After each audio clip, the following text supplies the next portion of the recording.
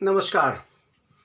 आज हम एक विषय नया लेकर आए हैं जो चर्चा का विषय है आज हमारे लिए इस वीडियो में, क्योंकि इस विषय पर हमने बहुत पहले वीडियो बनाई थी, अभी नहीं है। अभी एक विषय चल रहा है जो कि इस कोरोना काल में भारत में बहुत बड़ी एक क्रांति की तरह आया है कि हम अपने देश में ही बनाएं सब कुछ। इसका अर्थ ये हुआ जो अब आपने स्लाइड पर भी देखा, मेक इन भारत।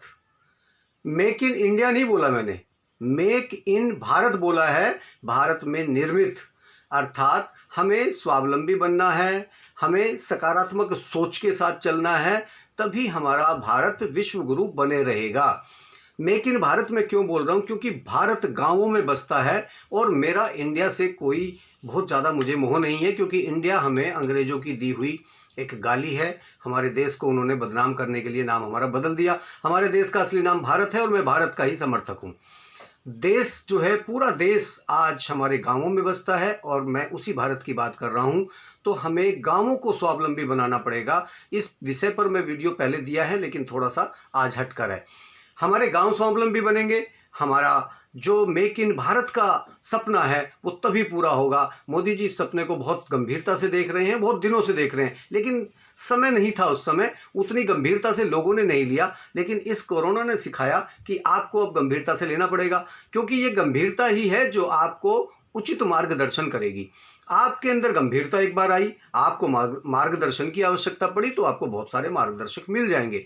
हमारी इस वीडियो को शेयर करना ना भूलें, क्योंकि ये वीडियो बहुत काम की है। महत्वपूर्ण बातें मैं इसमें बता रहा हूँ। ये आपके भी काम की बातें हैं और ये दूसरे लोगों के भी काम की बातें हैं। वो लोगों के भी काम आएंगी जो लोग कुछ करना चाहते हैं, जो सच में कुछ करना चाहते हैं, जो अपने देश को विश्व गुरु हमेशा देखना चाहते हैं, जो अपने परिवार को सुरक्षित देखना चाहते हैं, जो अपने परिवार को समृद्ध देखना चाहते हैं। ये उन सब के लिए वीडियो काम आने वाली है। इसलिए मेरा मानना ये है कि हमें अपने गाँवों को स्मार्ट बनाना पड़ेगा। अत्याधुनिक टेक्नोलॉजी से, जितनी भी टेक्नोलॉजी अभी हैं, अत्याधुनिक तकनीक से हमें अपने गांवों को उन्नत बनाना है। और जैसे ही गांव उन्नत होंगे, मैं बहुत दिन से कह रहा था कि शहरों को गुब्बारों की तरह मत फुलाओ।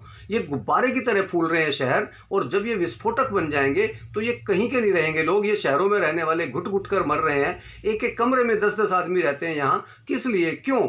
हमारे गांवों में रोजगार है। कभी बिहार बहुत संपन्न हुआ करता था, आज बिहार के लोग मजदूर कहलाते हैं।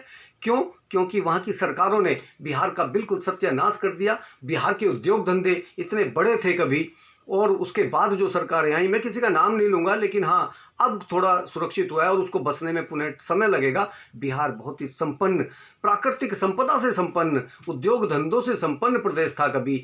वहाँ बहुत कुछ था, लेकिन उसके बाद पढ़ाई और रोजगार के लिए जैसे ही वहाँ माफिया राज शुरू हुआ, गुंडा राज शुरू हुआ, और उसके बाद वहाँ से पलायन भी शुरू हुआ। मजदूर बनकर निकले लोग, पढ़ने के लिए निकले लोग, नौकरी के लिए निकले लोग, और वो विनाश के कगार पर खड़ा हो गया।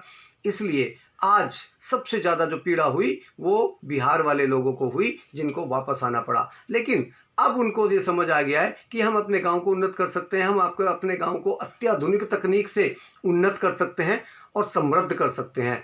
हर गांव में प्रकृति ने सब कुछ दिया है। प्रकृति ने पृथ्वी के कोने कोने पर सब कुछ दिया है। अगर जीवन दिया है तो जीवन यापन के साधन भी सब कुछ दिए हुए हैं। इसलिए हमको ये विषय विशेष रूप से रखना है कि मेक इन भारत, हमें स्वावलंबन को जगाना है, हमें अपने आत्मविश्वास को जगाना है।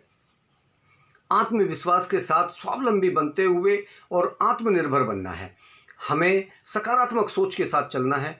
नए नए इनोवेटिव आइडिया, जो भी रचनात्मक विकास के लोग हैं, उनके साथ चर्चा करनी है, उनसे बात करनी है। विषय कैसे गंभीरता से ऊपर बढ़ेगा, विषय की गंभीरता को समझते हुए विषय की आवश्यकताएं क्या क्या हैं, उस उद्योग को लगाना है। और गांवों को सर्वप्रथम उन्नत बनाकर, स्मार्ट गांव का समय है ये, स्मार्ट सिटी का समय अब मैं नहीं मानता। स्मार्ट सिटी बनते रहेंगे, बाद में बन जाएंगे। फिलहाल हमें अपने गांव को, और जैसे ही हमारे गांव उन्नत हो गए तो शहर बसाने की आवश्यकता नहीं पड़ेगी। हर गांव हमारा शहर होगा, हर गांव में हमारी सुविधा होंगी, हर गांव को हम उन्नत बना सकते हैं। हर गांव के अंदर प्राकृतिक संपदा होगी, प्राकृतिक आपदा से लड़ने की शक्ति होगी, और प्रकृति के गोद में रहकर हम अपने आप को स्वस्थ रख सकेंगे, संपन्न रख सकेंगे, समृद्ध बना सकेंगे। और पहला सुख निरोगी काया होता है, क्योंकि अगर हम स्वस्थ हैं, शरीर से सुखी हैं, आनंद है, तो पैसा कम भी है तो भी चलेगा। आपको जीने के लिए क्या चाहिए? रोटी, कपड़ा, मकान, शुद्ध जल, शुद्ध वायु, शुद्ध आहार,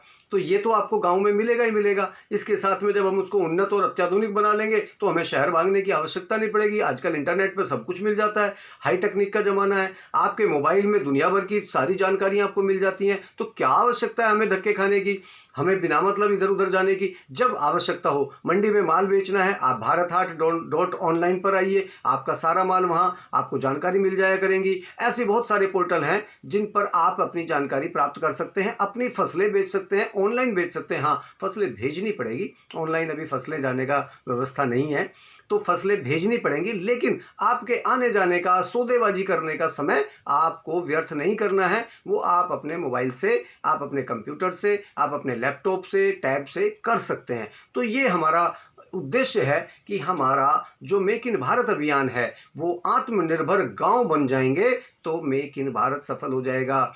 मैं सरकार से भी ये निवेदन करूंगा कि गांवों में लगने वाले उद्योगों पर कर मुक्त कर दे, पूरी तरह से कर मुक्त हों वो, उन पर कोई कर ना लगे। और अभी मैं शहरों में भी जो लोग अपने घरों से ऑफिस चलाना चाहते हैं, जो मॉल कल्चर ने सारा सिस्टम बदल दिया था, जो हमारे बहुत सारे व्यापारी भाई थे जिन्होंने एक मकान लिया, ऊपर वो रहने लगे, नीचे उन्होंने दुकान खोल ली। ऐसे लोगों को बर्बाद करने में पिछली सरकारों ने बहुत बर्बादी की थी कि मॉल कल्चर, क्योंकि मॉल सारे नेताओं के थे, बड़े बड़े लोगों के, उद्यमियों के थे, तो मॉल उसमें सीली करवा दी गई और मॉल को डेवलप करने के लिए, वो मॉल में दुकान बेचने के लिए गलियों की दुकानें बंद कर दी गई।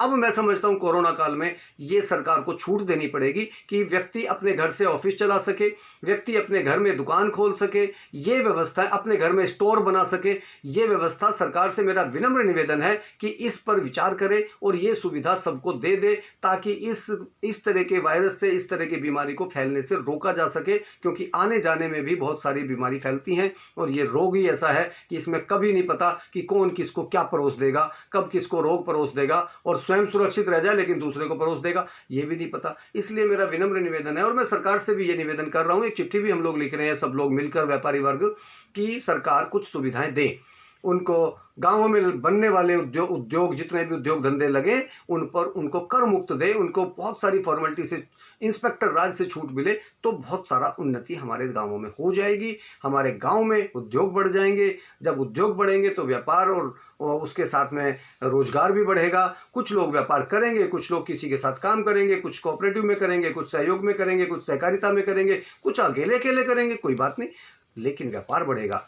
प्रकृति के व्यापार को बढ़ाइए, प्राकृतिक संसाधनों का दोहन कीजिए, प्राकृतिक संसाधनों को समझिए और लोगों को उससे अवेयर कराइए, उसकी जानकारी दीजिए, प्रकृति के करीब रहिए, प्रकृति की गोद में रहिए। और प्राकृतिक खाद्य पदार्थ, सबसे बड़ी बात यह है कि आजकल जो विषैला खाना हम खा रहे हैं इसको छोड़ दीजिए, पूरी तरह से छोड़ दीजिए। अगर आपको जीवित रहना है, स्वस्थ रहना है, तो सबसे पहला काम करिए कि आपके खाने में जो जहर है उसको कम करिए, क्योंकि ये खाने का जहर शरीर को विनाश कर रहा है।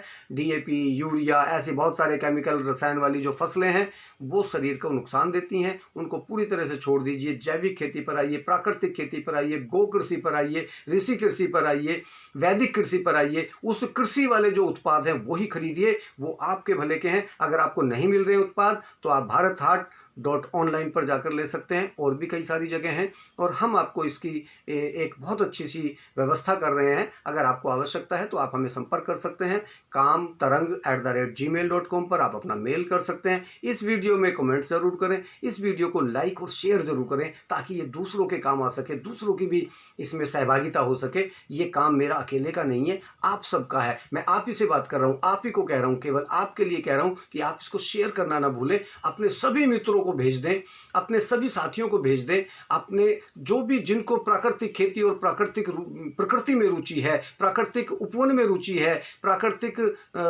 जो हमारी बहुत सारी प्राकृतिक आपदा है वो सब से बच जाएंगे हम लोग। और प्रकृति के करीब रहकर, प्रकृति की गोद में रहकर हम स्वस्थ रहेंगे, संपन्न होंगे, समृद्ध बनेंगे और प्राकृतिक खाद्य पदार्थ खाकर ही हम स्वस्थ रह पाएंगे।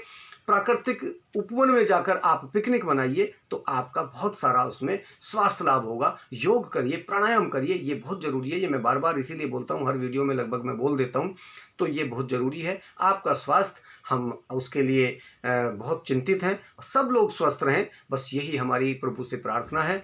शेयर करिए, लाइक करिए, अगर आवश्यकता हो तो हमारे फ़ोन नंबर पर फ़ोन भी कर सकते हैं 8010002077 80 1000 2077। आप इस पर फ़ोन भी कर सकते हैं और आप जुड़िए, जोड़िए, सहकारिता की भावना को डेवलप करिए। यही हमारी प्रार्थना है। हमारा भारत संपन्न बनेगा। मेक इन भारत जो अभियान है वो सफल होगा और भारत में निर्मित दुनिया के कोने कोने में सामान जाएगा। ये हमारी शुभेच्छा है, हमारी शुभकामना है और इसी के साथ मैं आपसे यहाँ विदा लेना चाहूँगा। बहुत बहुत धन्यवाद। नमस्कार। शेयर करना ना भूलें, लाइक करना ना भूलें और ये चैनल सब्सक्राइब नहीं किया है कृपया सब्सक्राइब कर लें और बेल वाला बटन भी दबा दें। बहुत बहुत धन्यवाद। नमस्कार।